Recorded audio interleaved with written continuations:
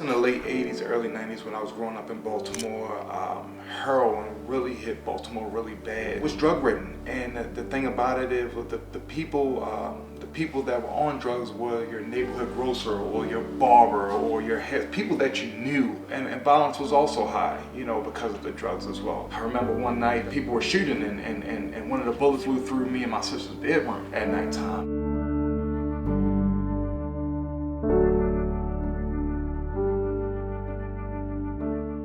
That late 80s, early 90s, I kind of took my dad. He was also addicted to heroin, and he got HIV before passing away. And of course, I don't blame him for that. He was a great dad while he was here.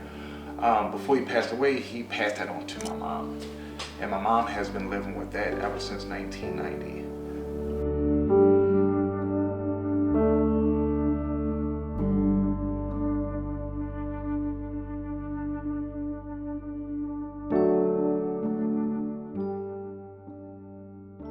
And then I transferred to Mount Royal. Mount Royal was a public school in the city. It was a little far away from my home, but my mother always dropped us off, picked us up. I got involved with basketball. That's when I was first introduced to basketball, was at Mount Royal. Because of that, I got a scholarship to a local Catholic school, Cardinal Gibbons.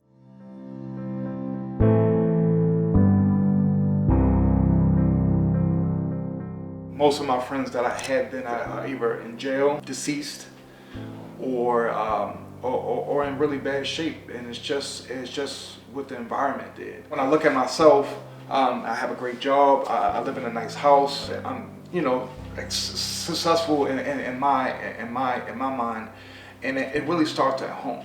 My mother really kept us close knit. She really kept the right people around us, and I don't think my friends or the people that I grew up with had those same benefits.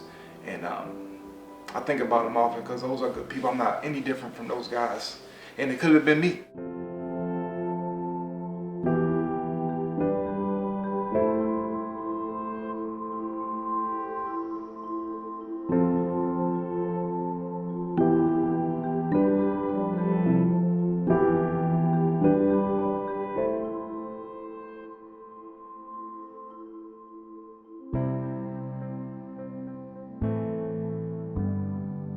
And I told him the story, and I think it was an eye-opening moment for him, and also an eye-opening moment for me, where he let me know that everybody isn't being treated this way.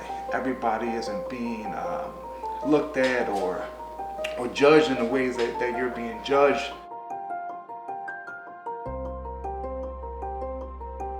When you kind of grow up the way I did, you really don't get a good sense of self.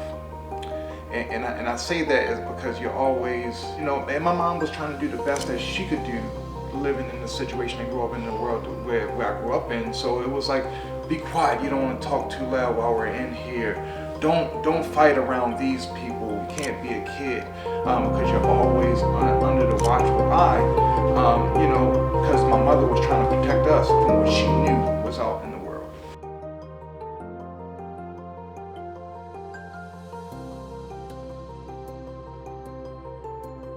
I just let my kids be kids, and I felt like when I was coming up, I didn't get a chance to be a kid. You have to grow up really fast when your dad is not around and you're the oldest. You're the man of the house.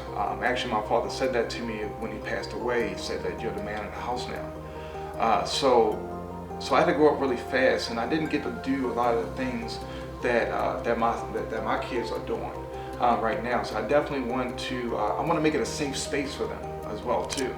I didn't always grow up in the best conditions. If I make another step, if I create another generation of kids that are free, then I've done my job.